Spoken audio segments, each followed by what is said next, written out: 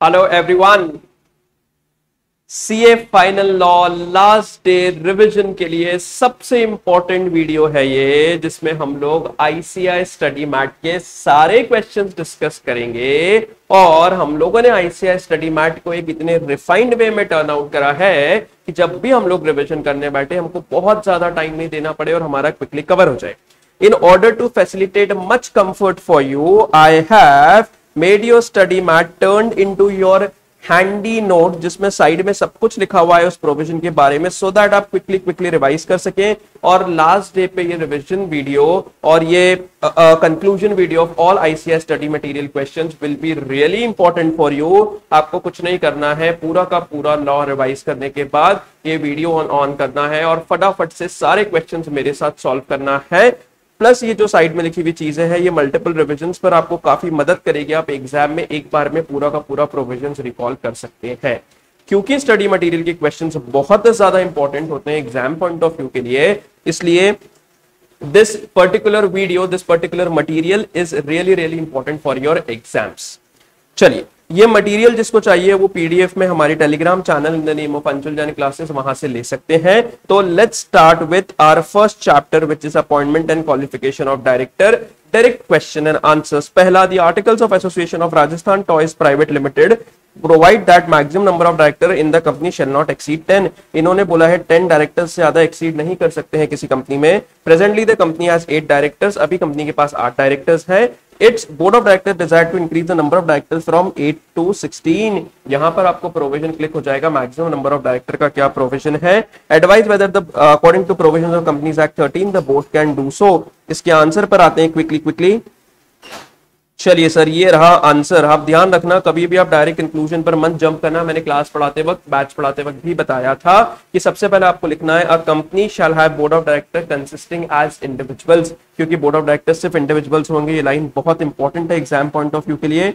The company shall have board of director consisting only of individual as directors and shall have minimum number of 3 directors in case of a public company, 2 directors in case of a private company and 1 director in case of OPC। जो ये रहा side में आपके लिए लिखा हुआ है, so that आप क्विकली रिवाइज कर लें इसको। चलिए आगे बढ़ते हैं। First provision to 149(1) clear cut बोलता है कंपनी को मैक्सिमम 15 डायरेक्टर्स रखना पड़ेंगे। If they really want to appoint more than 15 director then a special resolution shall be pass. Fine. Next point जो आप एग्जाम में नहीं भूले वो बहुत इंपॉर्टेंट है, आपको नोट करके आना है कि मिनिमम डिफरेंट लिमिट से सारी कंपनीज के लिए, पर मैक्सिमम सबके लिए कॉमन है। मैंने लिख के रखा है आपके लिए, minimum different for all the private, public and OPC, but maximum is fixed for all the 3 company irrespective of type of company. The maximum limit is of course fixed. चलिए, तो अब इस केस में क्या करना पड़ेगा। अगर सर आपको 8 से लेके 16 पर जाना है तो ऑफ कोर्स सर आपको एक स्पेशल रिजोल्यूशन पास करना पड़ेगा, क्योंकि एक्ट तो आपको मैक्सिमम 15 डायरेक्टर्स के लिए ही परमिशन देता है। तो आपको उसके लिए स्पेशल रिजोल्यूशन पास करना पड़ेगा। इनफैक्ट आपको आर्टिकल्स भी अमेंड करना पड़ेंगे। तो in the given case is the number of directors proposed to be increased from 8 to 16, the company will require to comply the following provisions। पहला क्या करना पड़ेगा, it has to alter the articles of association as per the provision of section number 14 by passing special resolution। and दूसरा members का approval लेना पड़ेगा special resolution pass करके general meeting में। तो आर्टिकल्स अमेंड होंगे और आर्टिकल्स की अमेंडमेंट होने के बाद एक स्पेशल रिजोल्यूशन पास होगा जनरल मीटिंग में, और वहां से आपको 8 to 16 डायरेक्टर्स रख सकते हो। 15 तक तो प्रॉब्लम नहीं थी, 15 से ऊपर जाना है, इसलिए ये प्रोविजन फॉलो करने पड़ेंगे। क्लियर है जी। बढ़े आगे। चलो सर सेकंड क्वेश्चन के ऊपर आते हैं। क्या बोलता है हमारा second question. ADJ Limited has 10 directors on its boards.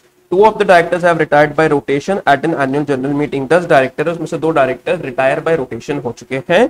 The place of retiring director is not so filled up and the meeting has not expressly resolved not to fill the vacancy। Provision ये बोलता है कि जो place of retiring director है वो fill हो जानी चाहिए, या फिर आप एक रेजोल्यूशन पास कर लो कि ये प्लेस हमको फिल नहीं करनी है। फाइन, आगे बढ़ते हैं। Since the AGM could not be completed, it's adjourned till the same day next week, same time and place, and it's adjourned AGM also the place of retiring director could not be filled and the meeting is also expressing not to fill the vacancy। और यहाँ पर हमने adjourn करना पड़ गई meeting, और adjourn meeting में भी डायरेक्टर अपॉइंट नहीं करा गया, इसकी वैकेंसी फिल नहीं करी गई है।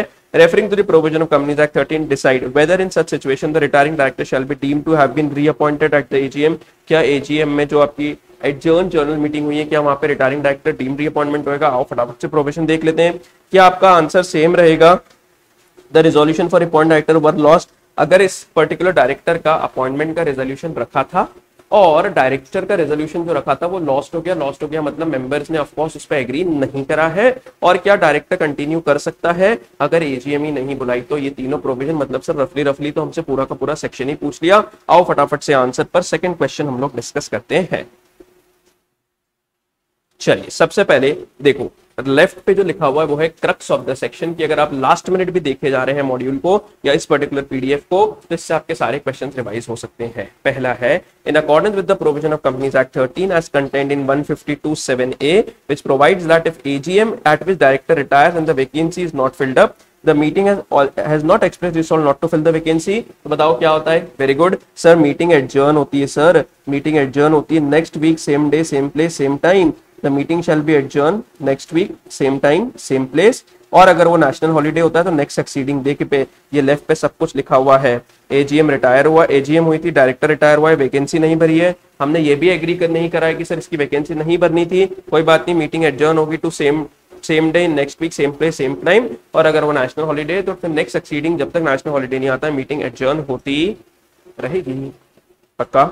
चलो सर ये लिख दिया हमने प्रोविजन। आते हैं हम आपके तीनों केसेस का आंसर करते हैं। सबसे पहला फर्स्ट केस बोलता है क्या रिटायरिंग डायरेक्टर का रीअपॉइंटमेंट हो जाएगा? Yes sir, retiring director reappoint हो जाएगा क्योंकि एडजर्न एजीएम में किसकी प्लेस नहीं भरी गई है, प्लस आपने ये भी एग्री नहीं करा है कि we did not have to fill the vacancy. दूसरा सर, अगर डायरेक्टर का रेजोल्यूशन रखा था लॉस्ट हो गया था तो कभी भी रीअपॉइंटमेंट नहीं होता है, डीम रीअपॉइंटमेंट नहीं होता है। In second case where the resolution for appointment of retiring director were lost the retiring director shall not be deemed to have reappointed। तो रिटायरिंग डायरेक्टर कभी भी डीम टू रीअपॉइंट नहीं होता है।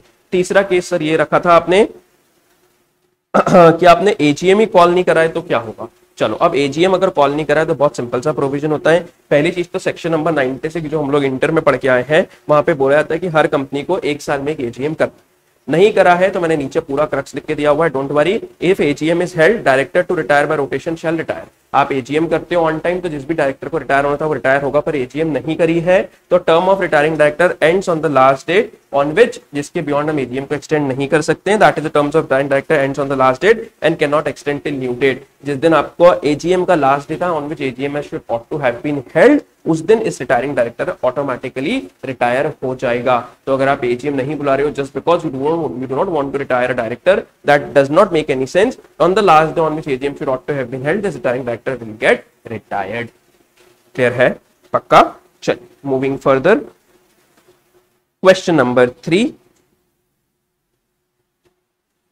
Prince Limited desires to appoint an additional director on its board of director। यहां से click होता है कि सर एडिशनल डायरेक्टर पे क्वेश्चन हो सकता है। The articles of the company confer upon board to exercise the power to appoint such director। Articles ने बोर्ड को दे रखा है, सर प्रोविजन भी ये बोलता है आर्टिकल्स अगर बोर्ड को पावर देता है तो board can appoint an additional director. As such, M is appointed as additional director in light of the provision of Companies Act 13. You have to examine। अभी के प्रेजेंट केस में M is an additional director which has been appointed by the company। चलो, whether M can continue as director if AGM of the company is not held within the stipulated period and is adjourned to a later date। तो पहले तो हमको additional director के provisions देखने पड़ेंगे कि वो कब तक रह सकता है कंपनी में, फिर हम इन तीनों क्वेश्चंस को आंसर करेंगे। दूसरा क्वेश्चन है can the power of appointing additional director be given to members? No sir, ये तो हमको अच्छे से पता है, कुछ भी हो जाए सर मेंबर को पावर दे ही नहीं सकते क्योंकि हमारा जो एओए है आर्टिकल से वो बोर्ड को पावर देता है, मेंबर्स को नहीं देता है। और एज ए कंपनी सेक्रेटरी आप क्या क्या चीजें चेक करोगे? आओ तो सर फटाफट से इस क्वेश्चन का आंसर लिख लेते हैं। क्वेश्चन नंबर 3, चलिए सबसे इंपॉर्टेंट चीज जो है वो मैंने लेफ्ट पे ऑलरेडी आपके लिए लिख रखा है। The articles of association give powers to board of director to appoint any additional director, but the additional director shall not be a person who has failed to get appointed in the AGM. Last AGM में if he has failed to get appointed then he should not be of course appointed. अब इन तीनों cases का answer करते हैं। Provision इतना था तो हमने दे दिया है। चलिए अच्छा, दूसरी चीज एडिशनल डायरेक्टर ऑफिस कब तक होल्ड करेगा? As an additional director, anytime such director will hold office up to the date of next AGM or the last date on which AGM should ought to have been held, whichever is earlier। ये office hold करेगा for upcoming AGM की date तक, और अगर upcoming AGM नहीं हुई है तो लास्ट डे जिस दिन तक एजीएम हो जानी थी वहां तक ऑफिस होल्ड करेगा। सबसे पहला, एम कंटिन्यू कर सकता है क्या? अगर एडजर्न एजीएम में भी इसका नहीं हुआ है तो M can not continue as director till the adjourn AGM since he can hold the office of directorship only up to the date of next annual general meeting। जो नेक्स्ट एनुअल जनरल मीटिंग है वहीं तक office hold कर सकता है, उसके beyond नहीं कर सकता है। एडजर्न मीटिंग तक ऑफिस होल्ड नहीं करेगा एडिशनल डायरेक्टर। एडिशनल डायरेक्टर सिर्फ इसलिए अपॉइंट होता है कि टाइम बीइंग जो वैकेंसी हो फिल हो जाए, बाद में मेंबर्स देख लेंगे जनरल मीटिंग में। Such additional director shall vacate his office latest on the date on which the AGM should have been held under section 96 of Companies Act 1396 के हिसाब से जब भी आपकी AGM की लास्ट डेट है वहां तक ऑफिस होल्ड कर सकता है। He cannot continue the office on the ground that meeting was not held or it could not be called within the time prescribed। उससे कोई मतलब नहीं है, इसका पर्टिकुलर एडिशनल डायरेक्टर का ऑफिस जो है वो खत्म हो जाएगा। He will have to leave the office। Second question है, क्या एडिशनल डायरेक्टर की पावर मेंबर्स को दे सकते हैं क्या? बिल्कुल भी नहीं sir. The power to appoint additional director vests with board of director and not with the members of the company. बस ये ध्यान रख लेना सर कि बोर्ड को ये पावर आर्टिकल से आना चाहिए, अगर आर्टिकल्स बोलेंगे तभी बोर्ड एडिशनल डायरेक्टर को अपॉइंट कर सकता है। एज ए कंपनी सेक्रेटरी आप क्या चेक करोगे sir? As a company secretary बहुत सिंपल सी बात है, सबसे पहले तो अपन देखेंगे एडिशनल डायरेक्टर के पास डिन है कि नहीं है। दूसरा, उसने डिन हमको फर्निश कराया है and he is not disqualified to become a director in our company as per the provision of companies act 13। फिर आपको DIR 2 में बताना पड़ता है, तो he must give a written consent form number DIR 2 on or before appointment as director, और ये consent में रजिस्टर के पास दे रखी है with in 30 days of appointment. फिर इसका जो अपॉइंटमेंट है वो बोर्ड करता है एडिशनल डायरेक्टर का, और उसका नाम जो है वो कंपनी के स्टैट्यूटरी रिकॉर्ड्स में under the provision of companies act 13 लिख लिया है। याद रखने की बातें जो आप नहीं भूलो वो मैंने और टैब बना के साइड में लिख के दे रखा है आपको, the written consent in form number DIR 2 on or before appointment जरूर। क्लियर है जी? पक्का? चलिए moving further with our next question number 4। The board of directors of XYZ Limited filled up the casual vacancy caused by death of Mr. P by appointing Mr. C as a director on 3rd April 19। Board of director ने क्या करा, death हुई थी P की, तो उन्होंने उनकी जगह C को अपॉइंट कर लिया है 3rd April 19 को, जो सब्सिक्वेंटली मेंबर्स ने अप्रूव कर दिया नेक्स्ट AGM में। अनफॉर्चुनेटली C भी एक्सपायर हो गया 15 मई 2019 को। C का जो अपॉइंटमेंट हुआ था, C की भी डेथ हो गई 15 मई को after working about 40 days as a director. The board now wishes to fill up the casual vacancy by appointing Mrs. C। Mrs. C को लेके आना है इनको कि चलो मिस्टर C गुजर गया तो मिसेस C को लेके आते हैं। फोर्थ कमिंग मीटिंग में बोर्ड को अपॉइंट करना है, क्या बोर्ड अपॉइंट कर सकता है क्या? यस यस यस, मुझे खुशबू आ रही है बहुत अच्छी। आपको एक प्रोविजन रिकॉल हो रहा होगा जो ये बोलता है कि अगर डायरेक्टर अपॉइंट हुआ है कंपनी की जनरल मीटिंग में, उसका ऑफिस एक्सपायर हो गया है नॉर्मल कोर्स में ड्यूरेशन खत्म होने से पहले, उसको कैजुअल वैकेंसी बोलते हैं। वो कैजुअल वैकेंसी बोर्ड भर सकता है और मेंबर्स अप्रूव करेंगे, जो कि हुआ था पहले वाले के केस में, मिस्टर पी के केस में। हावेवर जो मिसेस सी का अपॉइंटमेंट हुआ है वो कुछ अलग है, क्योंकि मिसेस सी आई है मिस्टर सी की जगह और मिस्टर सी को बोर्ड लेके आया था और बोर्ड ने डायरेक्टर को अपॉइंट नहीं करा था, तो उसको शायद कैजुअल वैकेंसी नहीं बोलना चाहिए। ऐसा एक इंटरप्रिटेशन स्टूडेंट के माइंड में आना चाहिए जब वो ये प्रोविजंस देखे या ये क्वेश्चन एग्जाम में देखे तो। ठीक है, ऊपर प्रोविजन लिखा हुआ है जिसका कंक्लूजन मैंने पूरा का पूरा आपके लिए नोट करके यहां पर लिख दिया है, तो आप प्लीज इसको कॉपी कर लीजिएगा। आगे बढ़ते हैं। प्रोविजन ये बोलता है कि director appoint by company general meeting में, offer expire by normal course में, resulting casual vacancy filled by board, subsequently approve by members in immediate next general meeting. अगर ये करा है तो चलेगा, कोई दिक्कत की बात नहीं है। Further any person so appointed shall hold office only up to the date or to which director in whose place he was appointed have held the office if he had not vacated the office। ये appointment जो होगा ये कब तक होगा? Mister सी का appointment होना था ऑफ कोर्स जब तक पी का ऑफिस का ड्यूरेशन बचा था तब तक के लिए सिर्फ। In the view of above provision in the given case, appointment of Mr. C in place of deceased director Mr. P was in order। ये तो ऑफ कोर्स सही था, सी की जगह पी की जगह सी को लाना बिल्कुल सही था। In normal course mister C would have held the office, जब तक पी को ऑफिस होल्ड करना था जब तक सी भी ऑफिस होल्ड कर लेगा। अब आते हैं ट्विस्ट के ऊपर।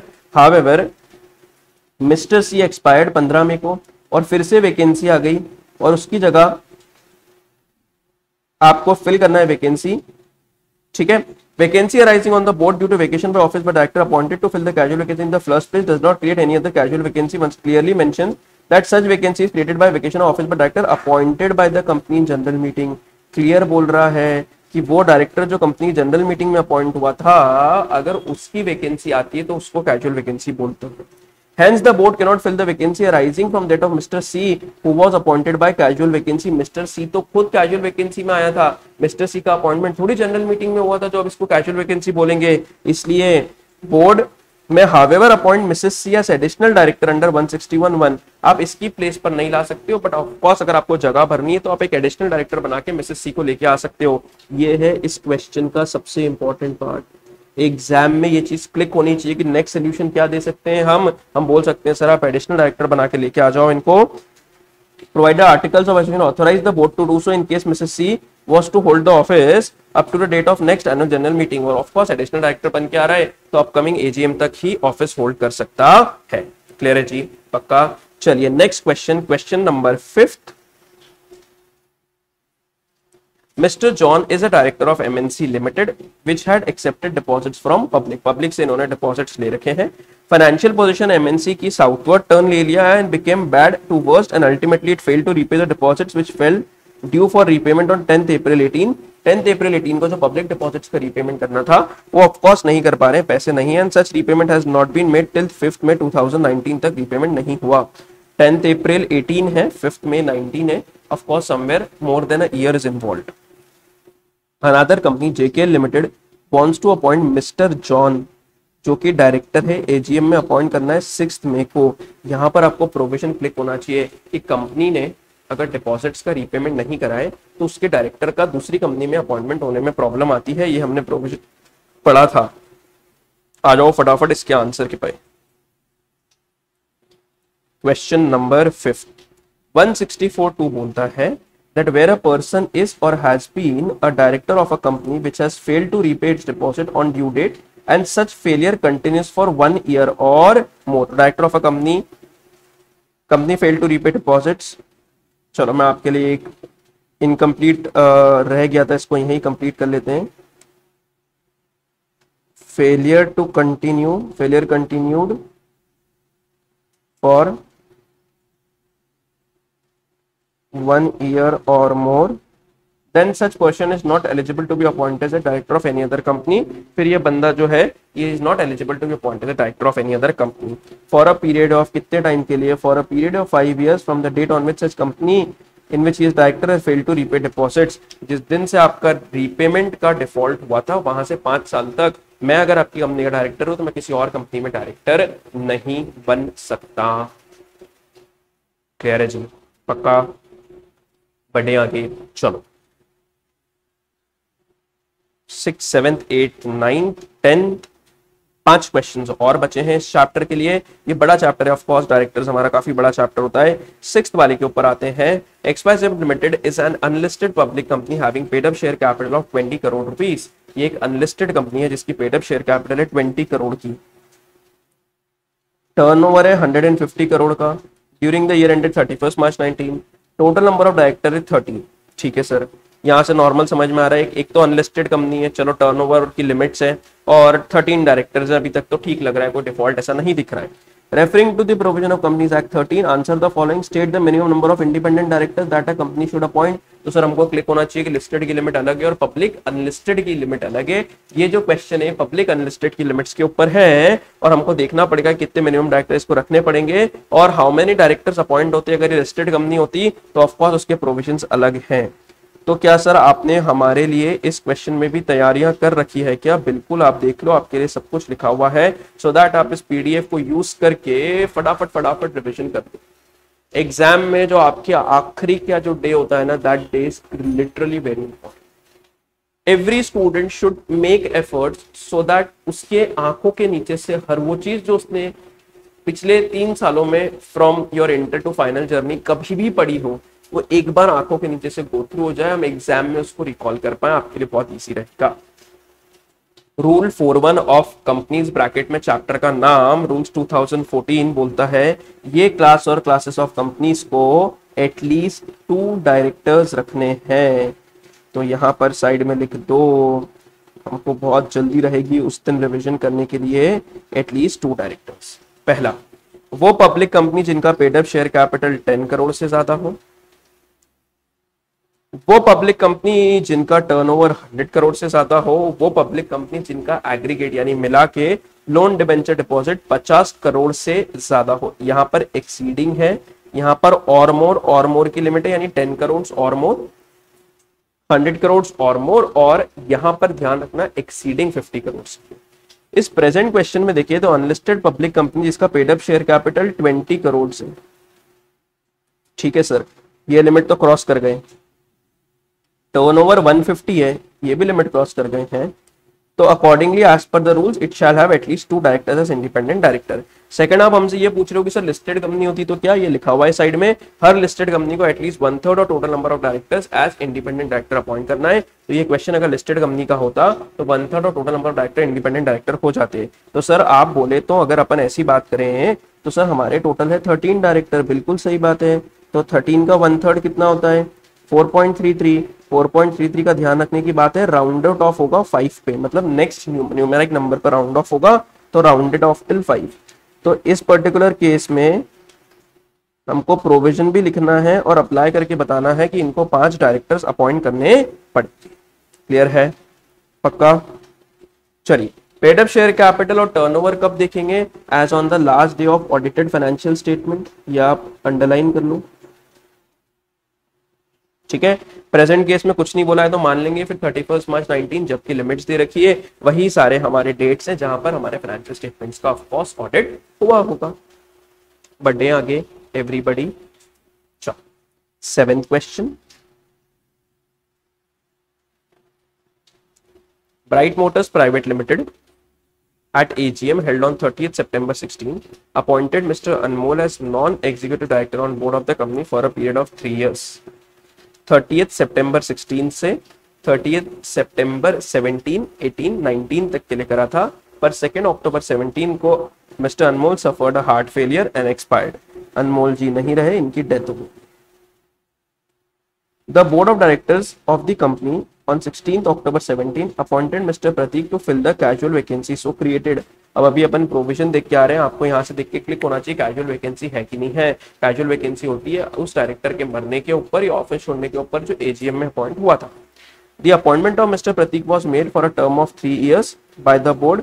बोर्ड ने 3 साल के लिए अपॉइंट करा है, जबकि आई गेस कैजुअल वैकेंसी तो फिल होती है उस पीरियड के लिए जिसकी जगह पर अपॉइंट हुआ है। ठीक है, subsequently at the AGM held on 27 September Mr. Pratik appointment was not proposed and approved as board was of the view that it is not required।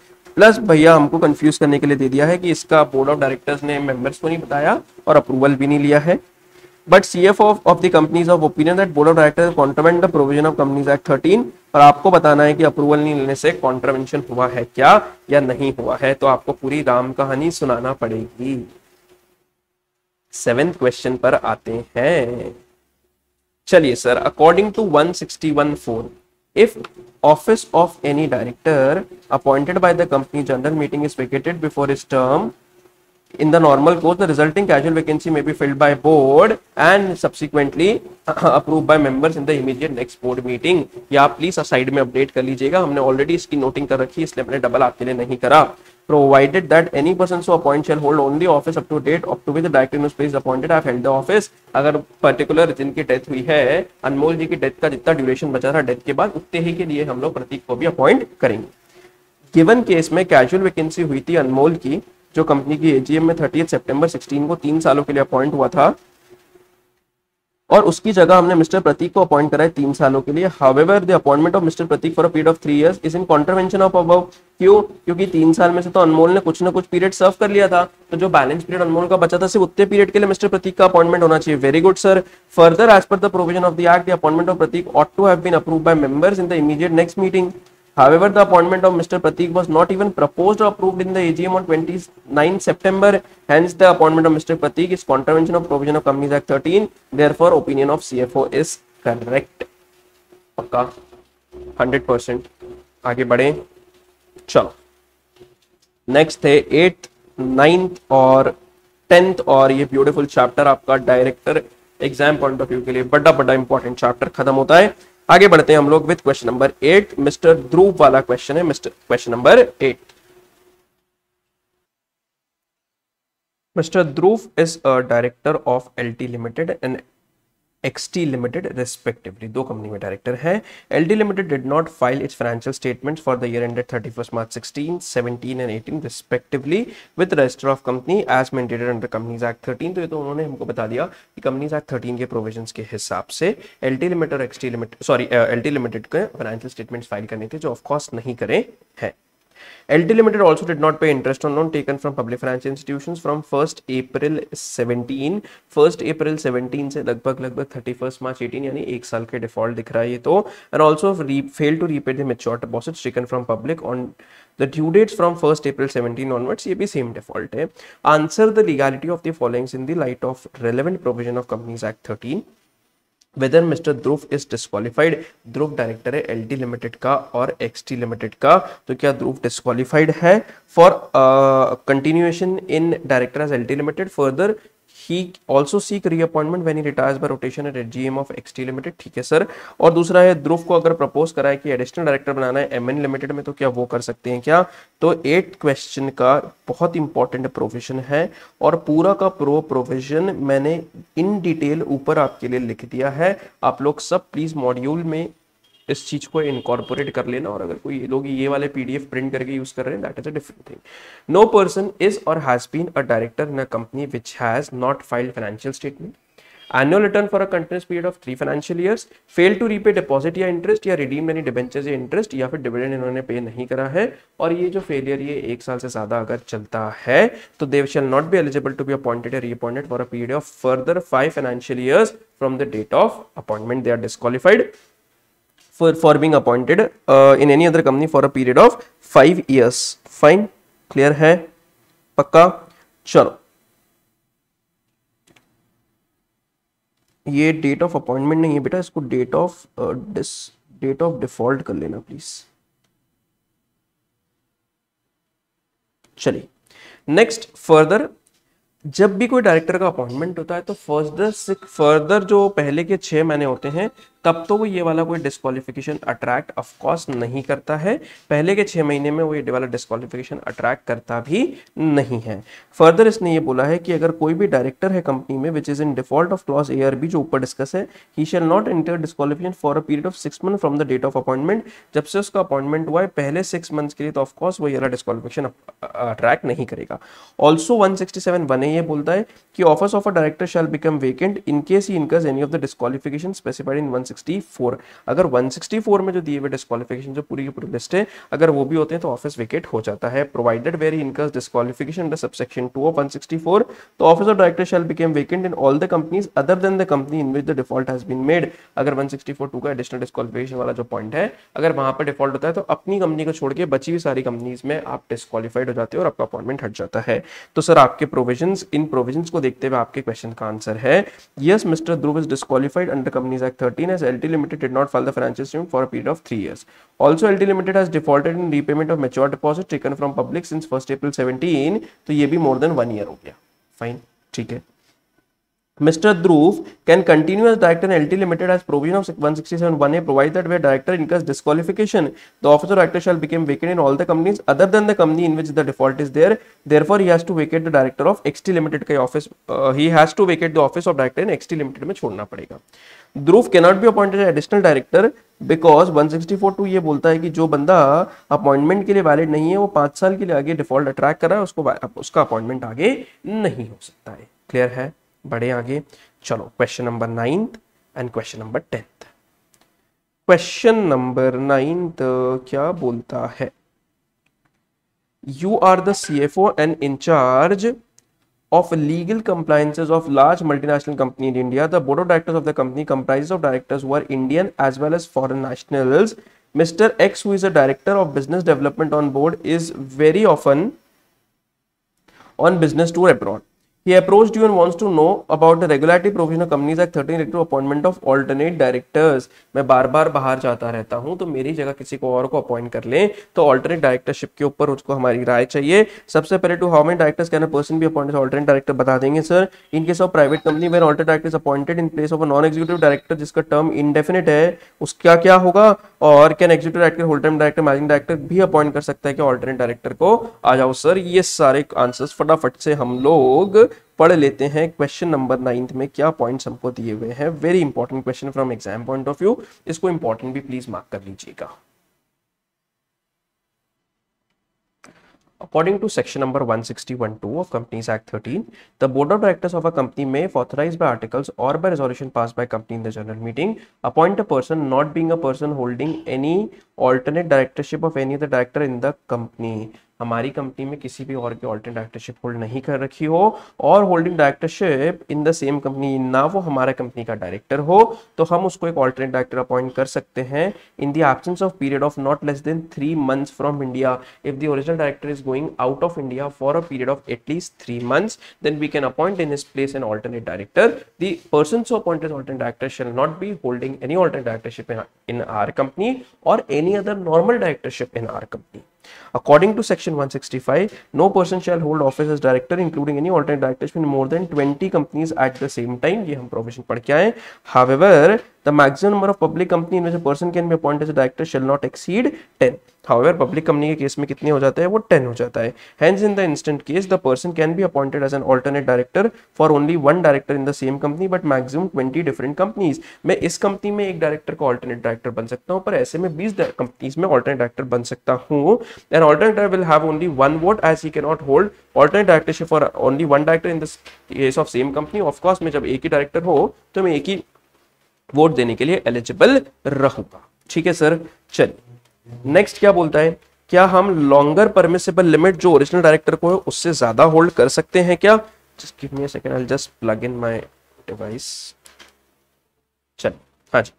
और सेकंड केस क्या बोलता है कि an alternate director shall not hold office for a period longer than permissible to director in whose phase he was appointed. और जैसे ही वो director India में आ जाएगा वैसे ही ऑल्टरनेट डायरेक्टर का ऑफिस ऑटोमेटिकली वेकेट हो जाएगा.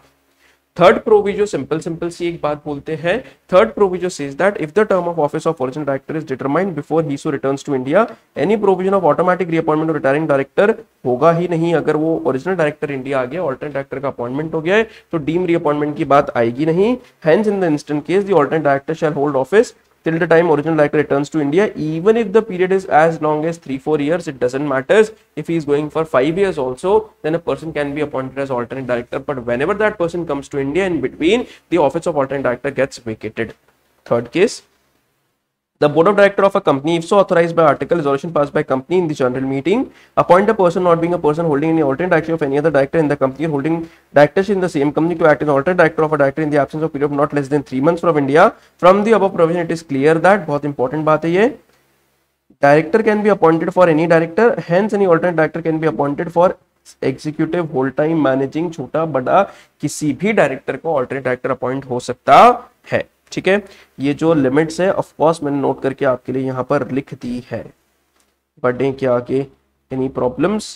चलो next question number 10 and we end with this particular chapter. हमारा appointment qualification of director. Mister R holds directorship in 10 public companies and 11 private companies. Provision सबको कुछ ना कुछ क्लिक हो रहा होगा. 20 कंपनी वाला तो 10 पब्लिक कंपनी में डायरेक्टरशिप है भाई साहब की, 11 प्राइवेट कंपनी में डायरेक्टरशिप है. पर इन प्राइवेट कंपनी में एक डोरमेंट कंपनी, अगर आपको लिमिट्स ध्यान हो तो 10 प्राइवेट या 20 कंपनीज गिनते वक्त हम लोग डोरमेंट कंपनी को नहीं गिनते हैं. Apart from the dormant company on 30 June 19 a private company in which mister R is holding directorship has become a subsidiary of public company. अब आपको इन सारे प्रोविजंस पे आंसर देना है कि क्या वैलिडिटी है डायरेक्टरशिप ऑफ आर अगर होल्ड करता है तो. ऑन 31 मई बताना है आपको पहले तो, और बाद में 30 जून को बताना है जब प्राइवेट कंपनी सब्सिडरी बन गई पब्लिक कंपनी की तब. और क्या company lesson number of whether a company has a power to specify lesser number of companies in which director can appointed. क्या हमारे मेंबर्स या हमारी कंपनी बोल सकती है डायरेक्टर को सिर्फ इतनी ही कंपनी में आप डायरेक्टर बन सकते हो? आओ फटाफट से सर जी ये लिमिट्स को हम लोग चेक कर लें विद क्वेश्चन नंबर 10. चलिए, according to section 165 companies act 13, no person shall hold office as a director including alternate directorship in more than 20 companies at the same time. मैंने लिमिट लिख रखी है आपके लिए. No person holding directorship including alternate directorship more than 20 companies. Maximum public company जिसमें हम directorship hold कर सकते हैं वो है 10. ओवरऑल है वो लिमिट 20 की. पर ये जो हम लिमिट गिनते हैं for the limit of public companies in which a person can be appointed directorship in private companies either holding or subsidiary of public company shall be included. ये भी मैंने लिख रखा है कि अगर कोई प्राइवेट कंपनी है जो कि होल्डिंग है सब्सिडरी किसी पब्लिक कंपनी की तो उसको भी पब्लिक कंपनी माना जाएगा. For according the limit of 20 company directorship in the dormant company include नहीं करेंगे. हाउएवर जब 20 कंपनीज पूरी गिनेंगे तो ऑफकोर्स में डोरमेंट कंपनी को नहीं लेंगे. इस पर्टिकुलर केस में मिस्टर आर डायरेक्टरशिप होल्ड करते हैं 31 मई वैलिड है. क्योंकि वो 10 पब्लिक कंपनी में कर रहे हैं और 11 प्राइवेट कंपनी में कर रहे हैं, but of course 11 private company को 10 ही गिनेंगे क्योंकि एक है उसमें डोरमेंट कंपनी और उसको काउंट नहीं करते हैं। सो मैक्सिमम डायरेक्टरशिप 20 कंपनी की है, पर 30 जून को वैलिड नहीं रहेगी। क्यों वैलिड नहीं रहेगी? क्योंकि उस दिन पर हमारी एक प्राइवेट कंपनी सब्सिडरी बन गई पब्लिक कंपनी की, तो वो भी पब्लिक कंपनी में काउंट हो गई, has become subsidiary of public company. तो now we are holding instead of directorship of 10 public companies, now we are holding directorship in 11 public companies and making the provision as invalid. Fine. Second case, subjected to provision of subsection 1, the members of a company may by special resolution specify कर सकते हैं lesser number of companies जिसमें director का appointment होगा, वो चलेगा। Of course हमारे special resolution pass करा और स्पेशल रेजोल्यूशन पास करके आप डायरेक्टर्स को बोल सकते हो कि भले एक्ट आपको 20 कंपनी के लिए बोलता है, पर हमारे पास बहुत काम है आपके लिए, हम सिर्फ आपको 4 या 5 या 6 कंपनी अलाउ करेंगे जिसमें आप डायरेक्टर बन सकते हो, बट ऑफ कोर्स उसके लिए स्पेशल रेजोल्यूशन पास होगा। ध्यान रखने की बात है, आप साइड में लिख लो please special resolution.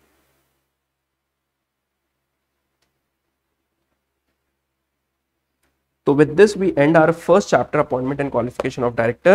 Let's move with our second chapter for appointment and managerial remuneration. Let's start with this particular chapter.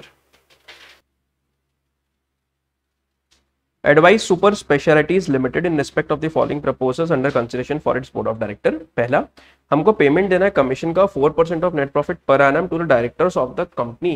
Company के डायरेक्टर्स को 4% प्रॉफिट एज कमीशन देना है, ठीक है सर। और पेमेंट देना है हमको remuneration of 40,000 per month whole time director को, जो हमारी इफेक्टिव कैपिटल है 95 लाख रुपीस की। स्ट्रेट फॉरवर्ड क्वेश्चन है, अगर आपको लिमिट्स ध्यान होगी तो आपके लिए क्वेश्चन एग्जाम में बिल्कुल भी हर्डल नहीं रहेगा। सेक्शन नंबर 197(1) बोलता है कि टोटल मैनेजेबल रेम्यूनरेशन जो एक पब्लिक कंपनी दे सकती है shall not exceed 11% of net profit. Overall तो यही होता है। However remuneration payable to other director shall not exceed 1% of net profit या 3% ऑफ नेट प्रॉफिट, दो लिमिट्स है, ठीक है। ये है इस पैरा का कंक्लूजन जो मैंने आपके लिए लेफ्ट में ऑलरेडी लिख के रख दिया है। अब जो काम की बातें हैं वो ध्यान से समझिएगा please. The remuneration payable to directors who are neither MD nor WTD shall not exceed 1% of net profit of the company if there is a managing director or whole time director। ये a word ना बहुत ज्यादा important है। If there is a managing director or whole time director, अगर एक है तो 1%, other cases में 3%। हम यहां पर 4% देना चाह रहे हैं, तो सर जो 4% आप देना चाह रहे हो ऑफ कोर्स उसके लिए स्पेशल रेजोल्यूशन पास करना पड़ेगा, क्योंकि इन लिमिट्स के बियॉन्ड जाने के लिए स्पेशल रेजोल्यूशन की जरूरत पड़ती है। सेकंड केस है, हमको मैनेजर रेन्यूमरेशन देना है, उसकी लिमिट दे रखी है सेक्शन 2 पार्ट 2 शेड्यूल 5 में। अब जिन कंपनीज के पास प्रॉफिट नहीं है या इनएडिक्वेट प्रॉफिट है वो मैनेजरियल रेम्यूनरेशन नहीं दे सकते हैं एक्सीडिंग 60 लाख रुपीस ईयरली, अगर आपकी इफेक्टिव कैपिटल नेगेटिव हो या अप टू 5 करोड़ हो। इस गिवन सिचुएशन में आपका प्रपोज्ड रेम्यूनरेशन है 40,000 पर मंथ, मतलब एनुअली हो रहा है 4,80,000। ये हम होल टाइम डायरेक्टर को can be paid to whole time director of a company which is running in loss because remuneration is with in the permissible limit of 60 lakh. आपको 4,80,000 per annum देना है एक ही बंदा, आपको ओवरऑल लिमिट तो 60 लाख की है, तो आप दे सकते हो। तो आपको लिमिट्स ऑफ कोर्स ध्यान रखना पड़ेगी। इफेक्टिव कैपिटल की वो टेबल मैंने आपको एक क्लासेस में बताई थी, बस वो एग्जाम में एक रफ टेबल ड्रॉ कर लेना, आपके सारे क्वेश्चन हो जाए, ठीक है sir.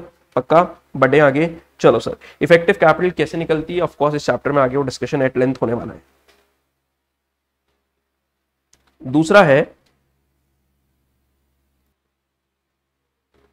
Mister X director of MGV limited was appointed managing director on 1 April 15। One of the terms of appointment was in the absence of adequacy of profits in the company और had no profits he will be paid remuneration according to schedule 5। वो तो ठीक है sir, of course वही बात होती है। तो for the financial year ended 31 March 17 the company ने सफर्ड करे heavy losses. The company was not in a position to pay any remuneration but was paid 50 lakh for the year. आपको देख के घबराना नहीं है, आपको इफेक्टिव कैपिटल से लिमिट डिराइव करनी है। इफेक्टिव कैपिटल 150 करोड़ की है, तो सेकंड स्लॉट में जाएंगे। रेफरिंग टू द प्रोविजन आप बताओ कर सकते हैं या नहीं कर सकते हैं। तो आओ सर, सेकंड क्वेश्चन के प्रोविजंस भी हमारे पास लिखे हुए हैं। हम अगर मैनेजरियल रेम्यूनरेशन देना है, हम एक्सीडिंग 180 लाख से ज्यादा 120 लाख से ज्यादा नहीं दे सकते हैं, अगर इफेक्टिव कैपिटल हमारी 100 करोड़ टू 250 करोड़ के बीच में होती है, ठीक है। पक्का।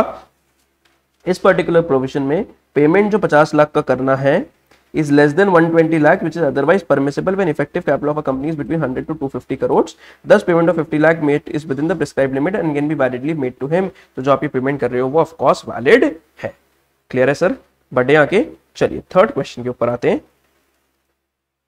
Mr. Doubtful was appointed as Managing Director of Carefree Industries Limited for a period of 5 years, effective from 1st April 16 से of course 1st April या 31st March 2021 तक का अपॉइंटमेंट हुआ था, on a salary of 12 lakh rupees per annum with other perquisites. The board of directors of the company came to know about certain questionable transactions entered Mr. by Doubtful and therefore terminated his services as Managing Director from 1st March 19. 1st March 19 से हमने इसकी services terminate कर दी। Doubtful Mr. Doubtful termed his removal as illegal and claimed compensation for the loss of office. Meanwhile, the company paid sum of rupees 5 lakh on ad hoc basis to Mr. Doubtful pending the settlement of dues. अभी 5 लाख देके और case को settle चलने दे रहे हैं। Company हमको बताना है कि कंपनी बाउंड है मिस्टर डाउटफुल को पे करने के लिए, और है तो कितना है, और क्या कंपनी अगर बाउंड नहीं है तो ये जो 5 लाख दिए क्या हम ये रिसीव कर सकते हैं। बहुत इंपॉर्टेंट है, अच्छा क्वेश्चन है। सेक्शन नंबर 202 किसका होता है? लॉस ऑफ कंपनसेशन का। Compensation can be paid only to managing director, full time director, manager, 3 लोग को लॉस ऑफ कंपनसेशन पे होता है। The amount of compensation can not exceed remuneration which would have earned if you have been in the office for the unexpired term और for 3 years whichever is shorter. हम कितना remuneration देंगे? आगे आने वाला जो आपका टर्म बच रहा था जब आपको निकाल दिया गया उसके बाद का ऑफ कोर्स, और 3 साल व्हिचएवर इज शॉर्टर। ये जो कंपनसेशन होगा shall be paid if director has been no compensation will be paid if director is found guilty of fraud or breach of trust or gross negligence in the conduct of affairs of the company। तो sir अब तो of course आपको समझ में आ गया answer क्या है। In the light of above provisions the company is not liable to pay any compensation to Doubtful, क्योंकि उसने कहीं ना कहीं फ्रॉड किया था, but it is not proper on the part of company to withhold the payment of compensation on the basis of mere allegations। The compensation payable by company to doubtful would be 25 lakh calculate the rate of 12 lakh per annum for an expired period of 25 months। 1st March 19 को रहा है तो वहां से 25 months मतलब 2 साल पूरे और 1 महीना एक्स्ट्रा विच इज 25 months बनते हैं, तो उसको हमको उसको अमाउंट देना है, बट अभी हम प्रूफ नहीं हुआ है, अभी तो एलिगेशन ही लगे हुए हैं। रिगार्डिंग एडहॉक पेमेंट जो 5 लाख का कराए, it will not be possible for company to recover the amount from mister Doubtful. ये डिसीजन आया था बेल वर्सेस लेवरब्रॉस, हमने क्लास में पढ़ते वक्त भी डिस्कस किया था, where it was observe that director was not legally bound to disclose any breach of his fiduciary obligations to give company an opportunity to dismiss him.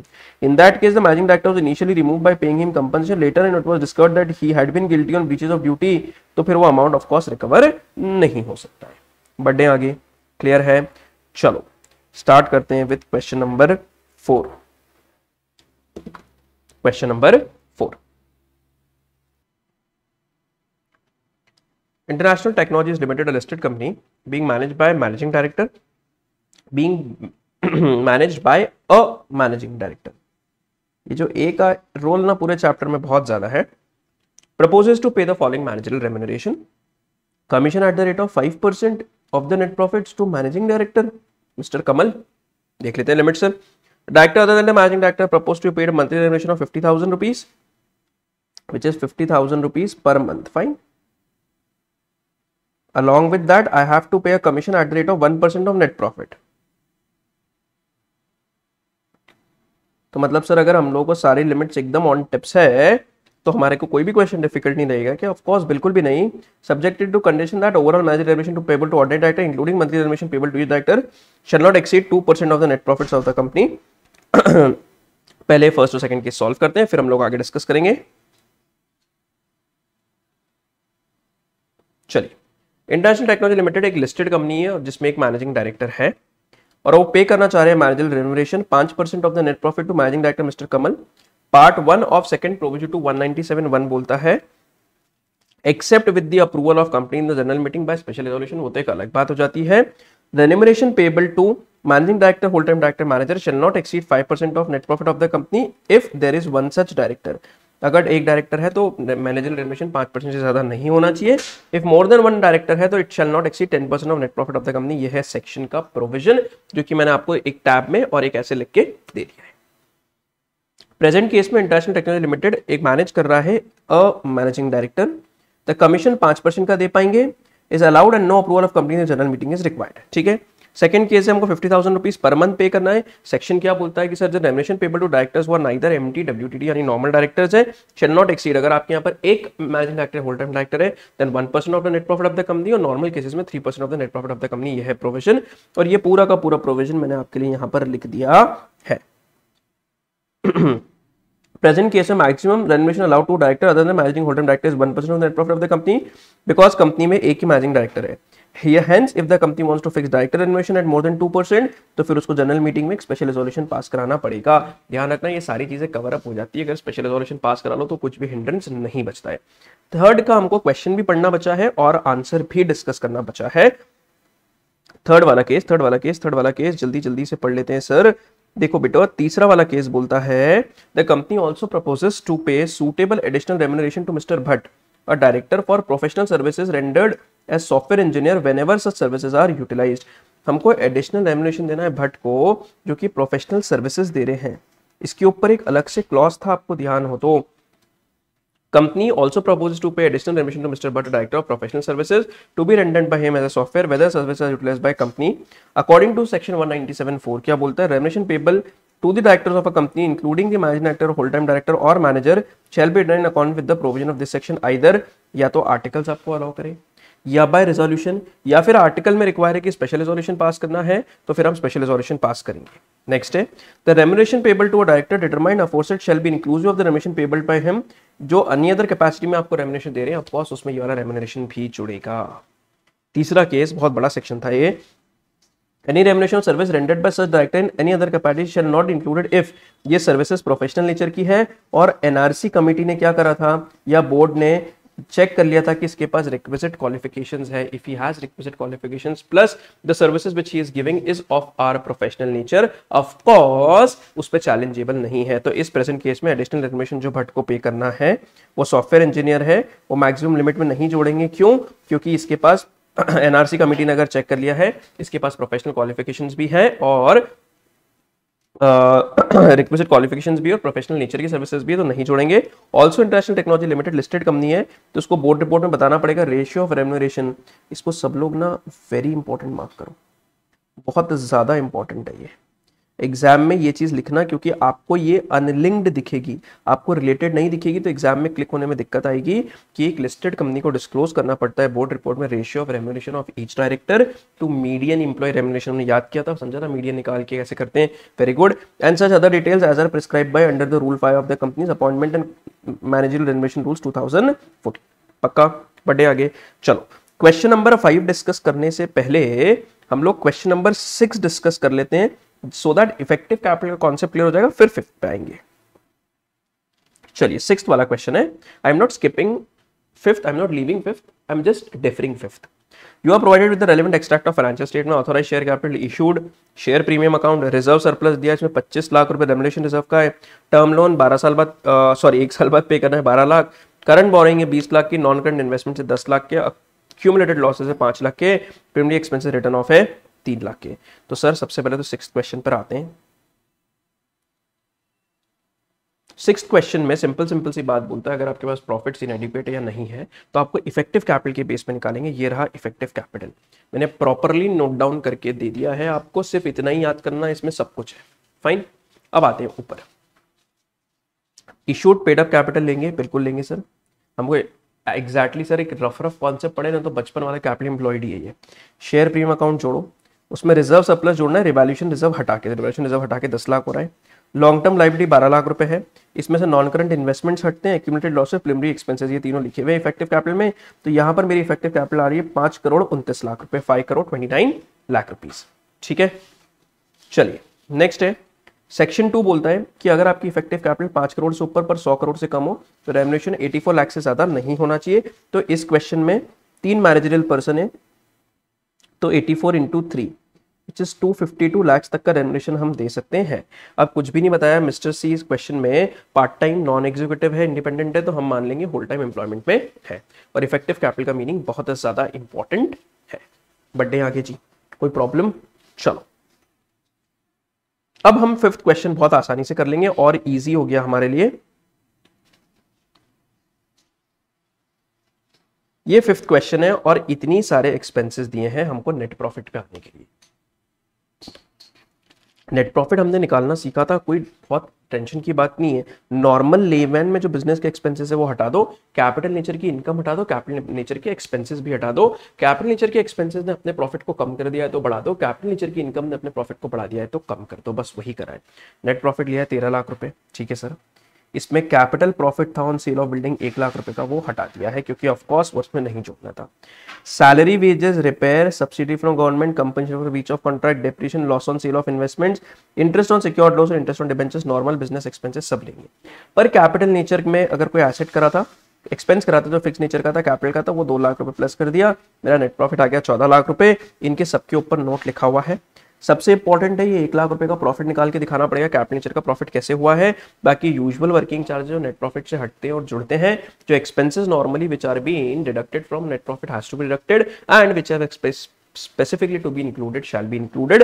ये वाला कॉन्सेप्ट था, उसके ऊपर क्वेश्चन है, सारे पार्ट्स में एक्सप्लेनेशन है, आप पढ़ लेना। बाकी कुछ उसमें ऐसा एज सच कुछ इंपॉर्टेंट और ज्यादा नहीं है। क्लियर है? पक्का जी? चलो, तो with this we have completed with our chapter 2 also. Moving forward with our chapter 3, meeting of board and its powers.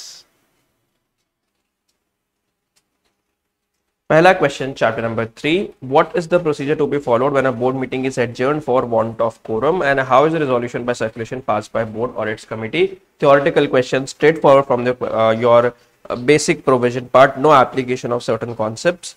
तो मैंने काफी कुछ तरीके से इसको आपके लिए लिख लिया है जिससे कि आपको क्या होगा, इजी हो जाएगा रिवीजन करने में। Section number 177(4) of companies act 13 provides that if the board meeting could not be held for want of quorum, then unless the article otherwise provide, the meeting shall automatically stand adjourned to same day in the next week and at the same time, or if that day is a national holiday, then to the next succeeding day। ये हम already पढ़ के आए हैं। Next है second वाला कि sir आप किस तरीके से रेजोल्यूशन बाय सर्कुलेशन पास करा सकते हो। तो बोर्ड आपको पहले बताना पड़ेगा कि सर बोर्ड रेजोल्यूशन जो होता है वो 2 टाइप के होता है, one is at which is pass at a meeting and one which is pass by circulation.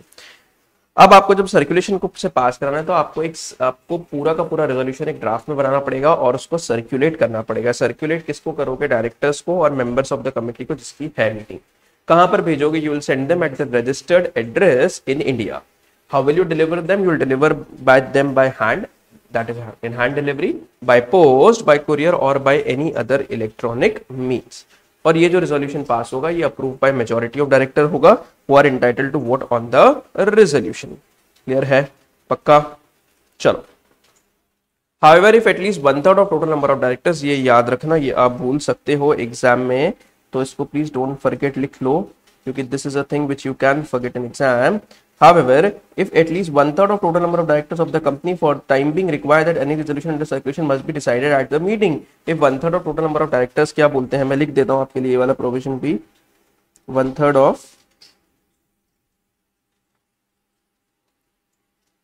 total number of directors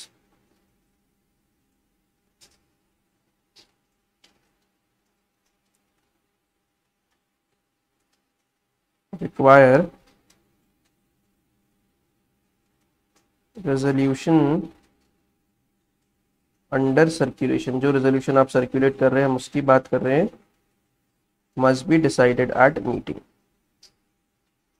हम इसको कहां पे डिसाइड करने वाले हैं? किसी मीटिंग में डिसाइड करने वाले हैं।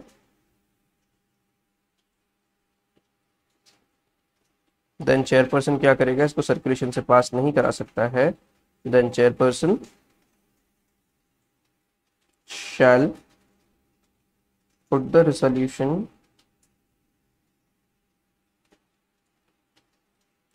to be decided at meeting।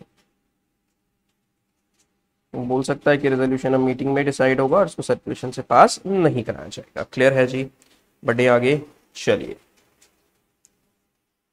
सी वाला केस है, resolution that has been passed by circulation shall have necessary noted in the next meeting of the board और कमिटी। आप जो नेक्स्ट मीटिंग करोगे उसमें से रेजोल्यूशन को वापस से डिस्कस करोगे और उसको नोट करोगे और उस मीटिंग के मिनट्स में डाल के छोड़ दोगे कि रेजोल्यूशन सर्कुलेशन से पास हुआ है और उसमें ये सारी चीजें हुई। क्लियर है? First question. चलिए, very forward straight forward question it was. Second question है, Mr. P and Mr. Q are the directors of CTech Limited.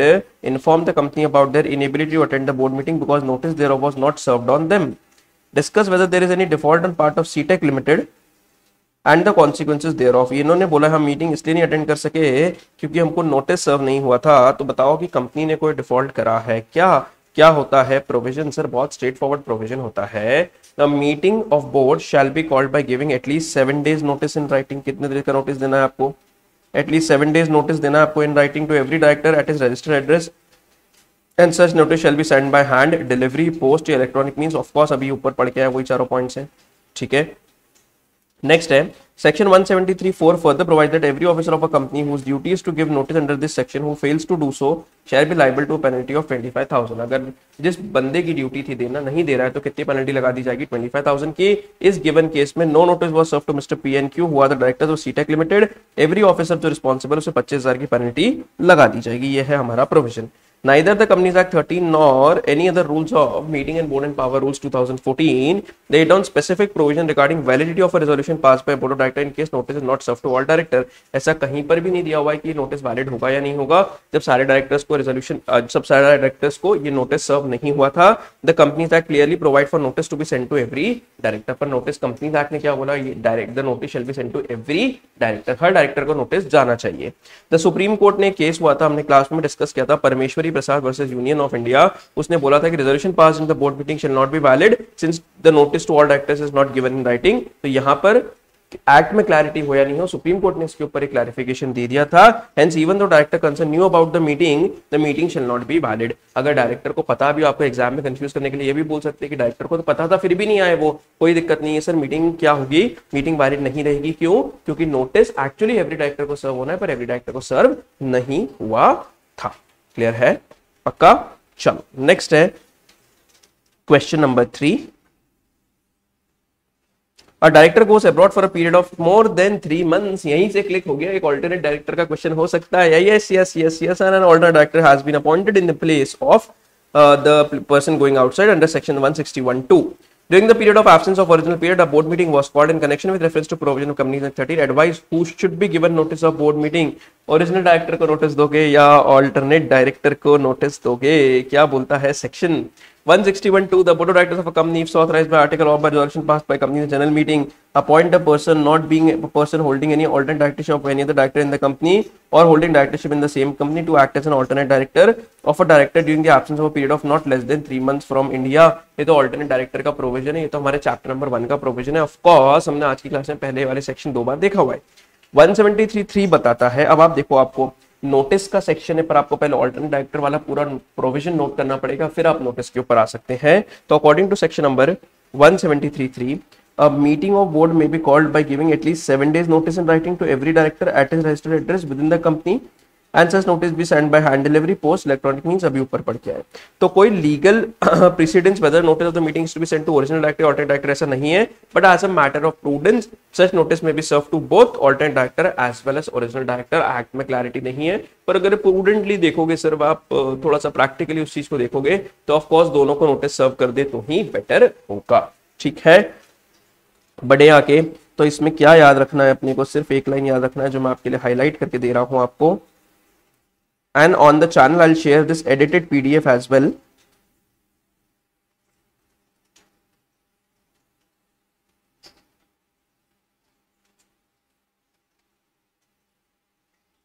ठीक है, ओके चलिए 4th क्वेश्चन पे आते हैं। Examine with reference to provision of Companies Act 13 whether a notice of board meeting is required to be sent to following person। Interested director को notice जाएगा क्या? Of course सारे डायरेक्टर्स को जाएगा। A director will express inability to attend a particular board meeting, उसको notice जाएगा क्या? और एक डायरेक्टर जो अब्रॉड गया है फॉर लेस देन 3 months गया है तो ऑल्टरनेट डायरेक्टर अपॉइंट करा होगा क्या? सोचो सोचो सोचो, लेस देन 3 months में ऑल्टरनेट डायरेक्टर अपॉइंट होता है क्या? चलो देखते हैं सर, आओ जल्दी से जरा 4th नंबर के क्वेश्चन पर। इंटरेस्टेड डायरेक्टर की बात करते हो 173(3) क्या करती है सर? मैंडेटरी कर देती है, हर डायरेक्टर को नोटिस देना है। इट इज इमटेरियल, वो इंटरेस्टेड हो या नहीं हो तो नोटिस देना पड़ेगा क्या? देना पड़ेगा। ठीक है, डायरेक्टर ने अगर एक्सप्रेस कर दी उसकी इनविलिंगनेस की, मीटिंग अटेंड ही नहीं कर पाएगा सर ये वाली, तो even if a director state that he is not be able to attend the next board meeting, notice फिर भी देना है सर। ओ हो गजब माहौल है सर। और डायरेक्टर अब्रॉड जा रहा है, डायरेक्टर बाहर भी जा रहा है, वो स्टिल हमारा डायरेक्टर होगा। Therefore, if he is entitled to receive a notice of board meeting during the stay in abroad, the Companies Act 13 allows a director to electronic means, तो आप electronic means उसको नोटिस दे दो। अब the factor carries weight because Companies Act 13 permits the director to participate in a meeting through video conferencing, other audio visual means also in addition to physical presence। तो ये आपको याद रखना है। अब क्या करोगे? ये चीज कंपनीज एक्ट के प्रोविजंस नहीं है, ठीक है, तो आप लिख लो प्लीज साइड में everybody.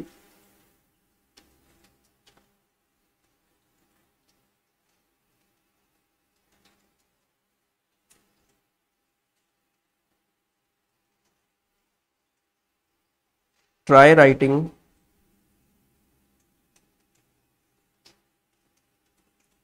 similar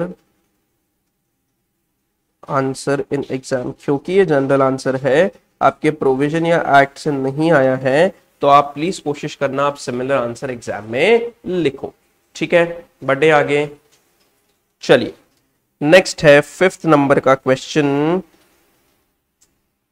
out of powers exercised by board under 179, the board of MN Limited wants to delegate powers to borrow monies otherwise then on debentures to managing director, or advise whether such delegation of possible। क्या powers हम delegate कर सकते हैं? क्या board अपनी powers किसी को delegate कर सकता है क्या? आओ जरा देखते हैं सर, बहुत ही अच्छा क्वेश्चन है। 179(3) बोलता है that board of directors of a company shall exercise the following powers on behalf of company by means of resolution passed at a meeting of board। ये सारी चीजें की रेजोल्यूशन कहां पर होगा? बोर्ड मीटिंग में पास होगा, ये सर्कुलेशन से नहीं होगा। क्या क्या है सर? वो बड़े बड़े सारे मैटर्स सर कंपनी के, to make calls on share holders, to authorise buyback, issue securities, borrow money, invest money. हमने ऐसे याद करा था। फिर नेक्स्ट सेट बनाया था हमने ग्रांट लोन का, approve financial statement, diversify the business of the company. फिर अमेलगमेशन हुआ हमारा, फिर हमारा टेक ओवर हो गया, और एनी अदर मैटर हमने करा था। कंपनी धीरे धीरे ऐसे कर करके ग्रो करती है, उस चेन से हमने पूरे के पूरे सारे पॉइंट्स याद करे थे। प्रोवाइडेड एट द बोर्ड में by resolution pass at a meeting delegate to any committee, director, managing director, manager, हम काम डेलीगेट कर सकते हैं। The principal officer of branch office, इसको भी ये पावर है कि वो कर सकता है। From the foregoing provision, it is clear that Board of MN Limited shall perfectly in order be delegate the powers to borrow money in the clause D to managing director or manager or any other principal officer। Of course दे सकते हैं, powers delegate करने में कोई problem नहीं है, बस resolution से meeting में पास होगा, वो चीज इन्होंने हमको बता दी है ऑलरेडी। बढ़ने आगे। चलिए नेक्स्ट है question number 6। Advise the board of directors of Spectra Papers Limited regarding validity and extent of its power under Provision Companies Act 30 in relation to following matters: buyback for the first time the shares of a company up to 10% of paid up equity share capital। अरे sir हमको provision ध्यान आ गया। देखो ऐसे तो buyback का क्या होता है सर, स्पेशल रेजोल्यूशन पास करना पड़ता है, पर अगर 10% of paid up capital in free reserves का होता है तो हमको नहीं करना पड़ता है। ये लो बिल्कुल मैंने साइड में आपके लिए प्रोविजन लिख रखा है। आइडियल केसेस में तो buyback should be authorised by article as well as a special resolution should be passed in the general meeting of the company for authorising the buyback. However if in clauses ये दोनों provisions नहीं लगेंगे, if there is the buyback is up to 10% or less of total paid up capital in free reserves and it is authorized by way of passing of board resolution। अगर ये दोनों चीज है तो बायबैक आपको special resolution करने की जरूरत नहीं है। कब? जब 10% of paid up capital free reserve से कम का हो और बोर्ड रेजोल्यूशन पास हो गया हो बोर्ड मीटिंग में, तो फिर आपको चलेगा। दूसरी चीज है, तो ऊपर के प्रोविजंस देख के ये चीज क्लियर दिखती है, जब buyback 10% of paid up capital है तो स्पेशल रेजोल्यूशन की रिक्वायरमेंट नहीं है। ठीक है। दूसरा, thus the board of directors Spectra limited is empowered to buy back shares, क्योंकि वो 10% ही आ रहे हैं तो कोई लोड की बात नहीं है। इस साइड में मैंने आपके लिए प्रोविजन भी लिख रखा है, आपको क्या ध्यान रखना है एग्जाम में। 7th नंबर का क्वेश्चन सर,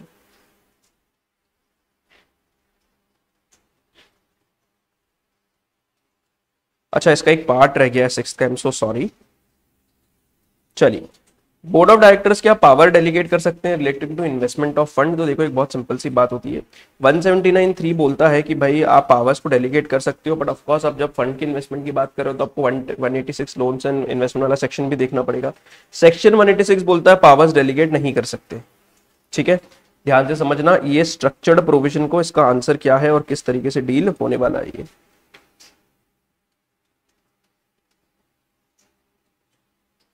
देखो, according to clause E of 179(3), the board of directors of a company shall exercise the powers to invest the funds of a company on behalf of company by means of a resolution passed at board meeting by board। हमने पढ़ा है कि जब भी fund investment करना है board meeting में ही board resolution pass होगा। द बोर्ड में अंडर प्रोविजन ऑफ 179(3) डेलीगेट, चाहे तो बोर्ड पावर्स डेलीगेट कर सकता है to invest the funds of the company through board resolution duly converted in a board meeting कर सकता है। However investment of shares of a company will be governed also by 186(5). 186(5) क्या बोलता है sir? 186(5) section ये बोलता है कि according to no investment shall be made or loan or guarantee or security should be given unless the resolution sanctioning it passed by meeting of board with the consent of all the director present at the meeting and prior approval of public financial institution की जरूरत है। हमको सारे के सारे director से एक resolution pass कराना पड़ेगा। That means we need a unanimous resolution of board. Unanimous resolution मतलब 100% वोट्स फेवर में आना चाहिए। यहां पर बोला है कि 10 unanimous resolution of board is required further 186 बोलता है कि पावर्स डेलीगेट नहीं कर सकते हैं, तो propose delegation of power to managing director for investment of surplus funds of the company is not in order. हम पावर्स डेलीगेट नहीं कर सकते, हम इन्वेस्टमेंट कर सकते हैं पर हम पावर डेलीगेट नहीं करेंगे, क्योंकि 186 ने कभी भी हमको पावर्स डेलीगेट करने के लिए अलाउ नहीं करा था। ठीक है सर, पक्का जी, बढ़े आगे। चलो नेक्स्ट है 7th क्वेश्चन।